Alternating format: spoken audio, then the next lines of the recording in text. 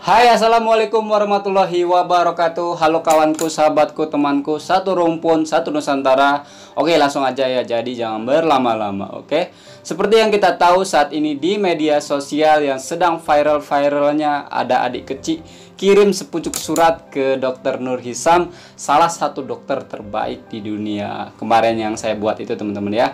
Congratulations buat Dokter Nur Hisam. Oke, di sini kebetulan ada sahabat Malaysia kirim artikel ke saya, teman-teman ya. Oke. Tadi saya tengok sedikit, teman-teman. Di sini pakai bahasa Inggris ternyata adiknya. Nanti saya akan artikan di sebelah ya, teman-teman ya. Oke, tidak akan saya bacakan, teman-teman, karena bahasa Inggris saya ya nilainya dari 1 sampai 10 itu cuma 3. Sorry ya, teman-teman. Tapi padahal dulu ya ketua yayasan saya dulu di Jakarta ya, itu orang Romania ya, orang Eropa. Setiap hari itu ajar, itu setiap pagi itu ajar bahasa Inggris setiap hari itu, teman-teman ya. Tapi entah ya. Dan saya juga salam takziah buat beliau ya, ketua yayasan saya. Dia meninggal di tahun 2013 apa 2012 dia meninggal ya. Saya baru tahu, teman-teman. Padahal dia mah, wah, tahu sendiri kan orang luar itu ya, disiplin. Saya belajar kebersihan itu dari beliau, teman-teman. Banyak yang dia kasih ke saya. Kebersihan iya, disiplin iya, teman-teman. Orang ini kan, orang putih tahu sendiri ya, masalah disiplin itu nomor 1, kebersihan nomor 1. Oke, langsung aja teman-teman ya. Nanti saya akan artikan ya, teman-teman. Ini. My name is Lara Khadijah. Oke. Saya tinggal di Terengganu ini, tinggal di Terengganu. Oke. Dia sekolah di Titipar Budiman. Oke. Tapi yang saya salut di sini, teman-teman ya, dia kelas 3 di sini ya, kelas 3 rendah ya di sini. Tapi kok cerdas banget di sini. Penulisan bahasa Inggrisnya luar biasa. Saya patut salut banget sama adik ini. Kelas 3 loh. Bukan darjah 3 atau kelas atas ya. Kalau di sini tuh SD kelas 3 ya. Sekolah rendah. Udah sebagus ini menuliskan kata-kata bahasa Inggris. Wow, saya nggak tahu nih, nanti kalau dia udah besar pasti jadi orang yang hebat, teman-teman. Wow, kelas 3. Wow, amazing man. Oke, ini ya, namanya Lara ya, Khadijah. Oke, bagus banget namanya ya, Khadijah. Oke, dari Terengganu, kelas 3. Oh, dia ini membuat ini pegelangan tangan. Oke. Bersama teman-temannya. Oh, pergelangan tangannya itu warna biru. Oke. Oh, dia di sini ibaratnya mengucapkan terima kasih ya. Sebagai terima kasih dia bagi pegelangan warna biru itu. Oke, paham?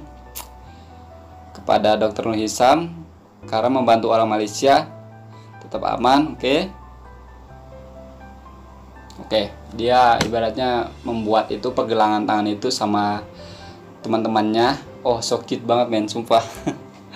Oh, sangat takjub ya, budak kecil itu punya inisiatif ya.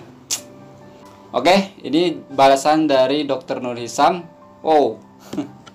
Ini resmi banget ya. Nanti saya akan translate dulu ya di sini ya. Oke, saya akan cari aplikasinya. Saya akan translate ya di sini. Kalau ini resmi loh, teman-teman. Tapi di sini yang saya salut lagi ya, teman-teman ya. Dokter Nur Hisam masih sempat-sempatnya balas busuk surat dari adik Lara ini. Ya, pada situasi saat ini kan sedang gentingnya ya kan. Tapi masih ini sempat-sempatnya loh. Sangat humble. Saya salut di sini ya Dokter Nur Hisam ya. Wow, humble, baik banget ya. Oh. Oke, ini udah saya translate. Kalian nanti saya juga translate di samping, teman-teman ya. Oke, terima kasih untuk surat Anda dan gelang indah kan. Cucuku memakainya. Oh, cucuku memakainya loh. Bangga sekali loh adik Lara itu. Oke. Dan dia menyukainya. Kata-katamu terlalu baik, tapi aku tidak melakukannya sendirian. Oh, ya Allah. Di sini merendah sekali ya. Oh, saya beruntung memiliki tim yang hebat dengan saya untuk membantu negara kita. Oke, sesama Malaysia seperti dirimu telah menjadi bantuan yang luar biasa dengan memainkan bagian Anda dengan tinggal di rumah Silahkan terus melakukannya dan bersama-sama kita melawan wabah ini. Tidak akan lama dan saya berharap Anda tidak terlalu khawatir. Insya Allah ini akan segera berakhir. Saya berharap Anda akan terus belajar keras dan bersaing dengan nilai Anda. Suatu hari, giliranmu untuk membantu Malaysia. Ikuti impian Anda, bekerja keras untuk itu. Kata-katanya itu, sangat lembut ya.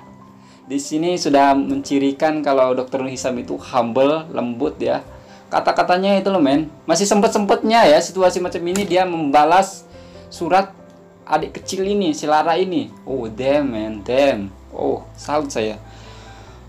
Dr. Nur Hisam semoga panjang umur terus, sehat selalu ya. Saya berharap seperti itu.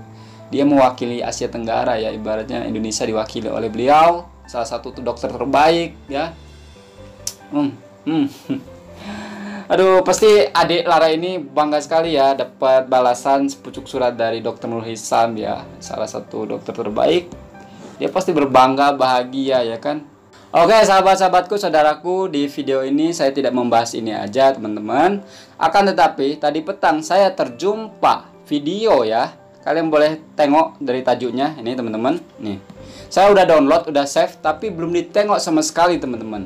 Ini kalian boleh tengok di sebelah ya. Dokter Malaysia rendahkan Indonesia, cerdas, begini tanggapan Jokowi. Erik, tolong viralkan ini. Tiba-tiba saya terjumpa video ini dan langsung saya save dan saya akan bahas malam ini apa isi video tersebut. Oke. Oke, langsung kita belajar 1 2 3 play.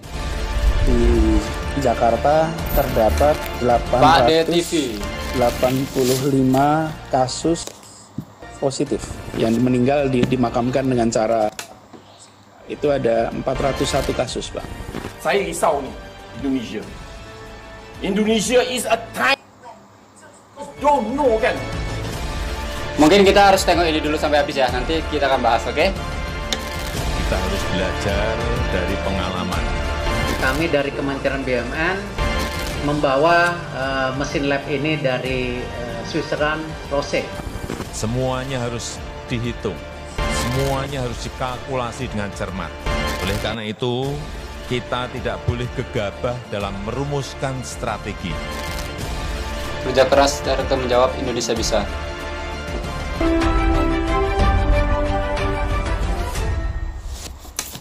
Kami BUMN bersinergi dengan seluruh yang ada komponen baik Pemda maupun masyarakat untuk memastikan kita bisa meredam. Menteri Badan Usaha Milik Negara Erick Thohir telah mempersiapkan 10 laboratorium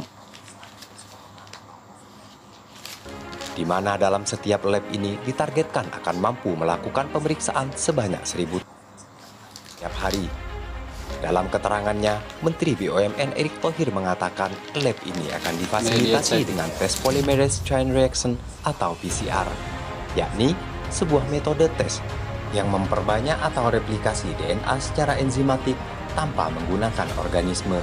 Yang menyebut jika lab-lab itu akan disebar di rumah sakit milik BUMN yang salah satunya berlokasi di Rumah Sakit Pertamina Jaya, ini rumah sakit milik dan negara. Kita juga berharap lab-lab ini nanti di akhir bulan datang lagi, jumlahnya 9 lagi nanti kita juga akan didistribusikan di tempat-tempat titik-titik penting seperti di Jawa Timur, Jawa Tengah, Jawa Barat, dan lain-lainnya.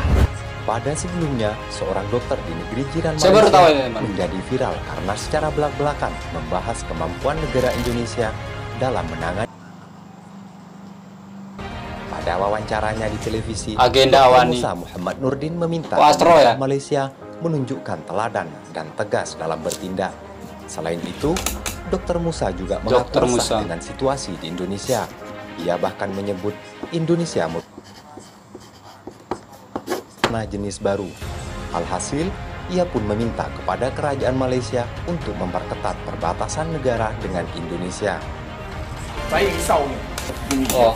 Indonesia is a don't know kan. Mungkin show saya kepada MKN. Control our borders. Otherwise, that will be another huge cluster. Wallahu a'lam. Pada pekan lalu dilaporkan tingkat kematian akibat di Indonesia tercatat menjadi ranking 1 se-Asia. Secara keseluruhan, Indonesia menempati peringkat 2 di dunia dengan persentase tingkat kematian 9,36%. Akan tetapi, informasi tersebut tidak berasal dari Kementerian Kesehatan Indonesia, melainkan disebarkan oleh Kementerian Kesehatan Malaysia. Nanti kita bahas sebelah sini. Pada Kamis 3 April malam dan menjadi viral. Melihat apa yang dirisaukan oleh Dr. Musa sangat tidak mendasar, dan sebab dalam hal ini pemerintah Indonesia tidaklah diam dalam menghadapi. Seperti diketahui, Presiden Joko Widodo telah mengambil kebijakan yang telah diperhitungkan secara matang, diambil dari kebijakan negara-negara tetangga untuk dapat memaksimalkan pencegahan secara meminimalisir kerugian. Dalam hal ini, pemerintah Indonesia telah memutuskan untuk memberlakukan pembatasan sosial berskala besar atau PSBB bagi daerah dengan tingkat penyebaran yang tinggi seperti DKI Jakarta. Kita harus belajar dari pengalaman.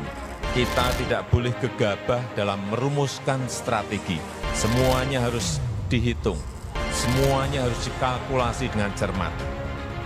Saya telah memutuskan dalam rapat kabinet bahwa opsi yang kita pilih adalah pembatasan Sosial berskala besar. PSBB. Di mana kebijakan tersebut dirasa paling tepat, baik dari segi ekonomi atau dari karakteristik masyarakat Indonesia yang penuh dengan ragam sosial dan juga budaya. Nanti kita bahas nanti ya. Selain itu, pemerintah Indonesia juga berupaya bekerja sama dengan negara-negara yang telah dianggap berhasil dalam mengatasi seperti China dan Korea Selatan.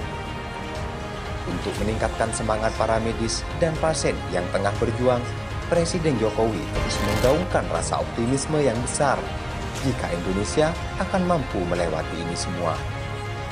Percayalah, kita bangsa besar, kita bangsa petarung, bangsa berjuang. Insya Allah kita bisa, insya Allah kita mampu dalam menghadapi tantangan global yang berat sekarang ini.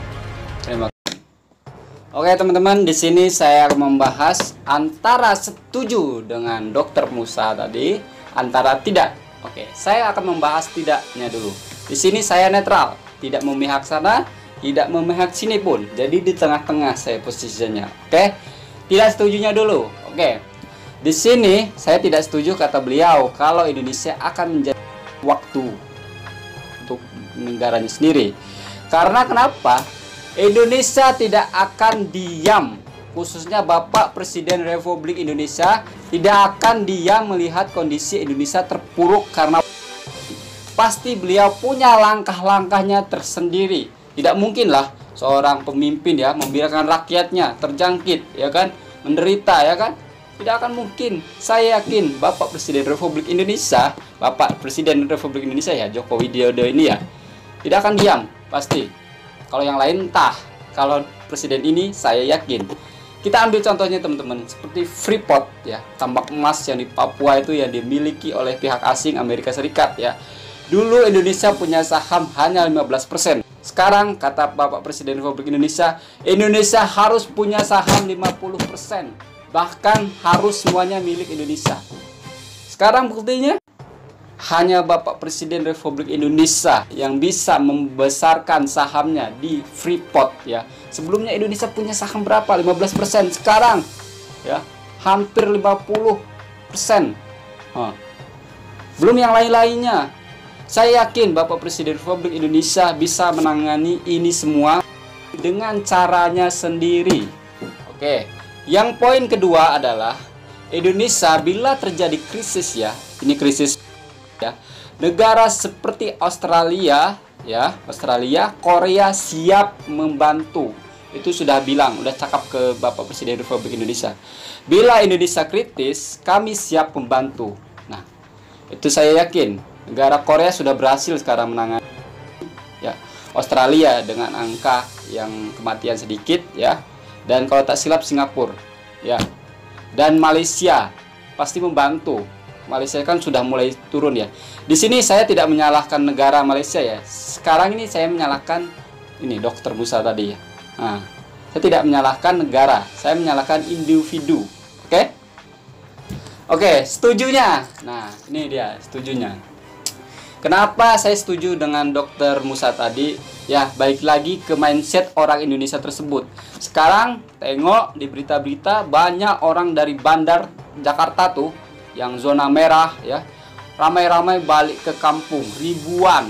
Nah, ribuan mereka bawa penyakit ke kampung ya kan, menyebarkan. Itu bisa jadi untuk Indonesia. Nah, itu setujunya ya. Karena Indonesia penduduknya itu 200 juta, men. Salah satu penduduk nomor berapa itu di dunia loh. Ya. Sedangkan aparat polis, tentara ya, jumlahnya sedikit, rakyatnya banyak. Macam mana menghandle negara sebanyak ini rakyatnya kan? Itu bisa jadi terjadi ya. Karena mindset orang sini ya, jelas-jelas tidak boleh balik kampung. Nah, salah. Mereka membawa penyakit ke kampung, menularkan ke atuk dia, nenek dia, saudara dia, adik dia. Yang lebih teruknya ya ke orang-orang emas kan, itu lebih rentan terkena ini. Karena imun tubuh mereka itu lemah daripada yang muda-muda. Itu kasihan kan, apalagi di sini alat ventilator untuk pernapasan itu ya sangat minim, bahkan kekurangan. Makanya dari itu angka yang meninggal di Indonesia sangat besar. Oke teman-teman, di sini saya tidak hanya menyalahkan Dr. Musa ya. Di sini saya tidak menyalahkan Malaysia ya. Di sini saya menyalahkan individu ini, Dr. Musa. Tidak perlulah dia mengeluarkan statement macam itu ya kan. Itu membuat kegaduhan aja. Jadi seolah-olah nanti kalau orang yang tengok di sini kan seolah-olah Indonesia itu rendah banget ya kan di situ. Saya tidak menyalahkan Malaysia, sekali lagi saya menyalahkan individu Dr. Musa. Karena di sini yang bikin gaduh di kedua negara ini bukan negara ya, di sini orang justru individu ya. Yang kedua di sini saya menyalahkan ini yang buat video ini, harusnya janganlah buat tajuk macam ini ya kan. Ini kan membuat pikiran orang sini jadi wah, Malaysia itu macam ini, merendahkan Indonesia kan tak elok macam ini. Tajuknya tengok lah, sangat disayangkan ya. Harusnya cerdas sedikit, bijak sedikit lah buat YouTube. Jangan hanya menarik view buat tajuk macam ini. Oke teman-teman, mohon maaf bila kata-kata saya ada yang kurang atau menyakiti hati kalian. Mohon dimaafkan, namanya saya manusia biasa, tidak luput dari kesalahan. Oke teman-teman, ya itulah komentar dari saya teman-teman. Oke teman-teman, mungkin cukup sekian video dari saya. Oke, jaga selalu perdamaian Indonesia dan Malaysia. Kita satu rumpun, satu hati, satu Nusantara, satu Islam tentunya. Saya akhiri, assalamualaikum warahmatullahi wabarakatuh. Ciao.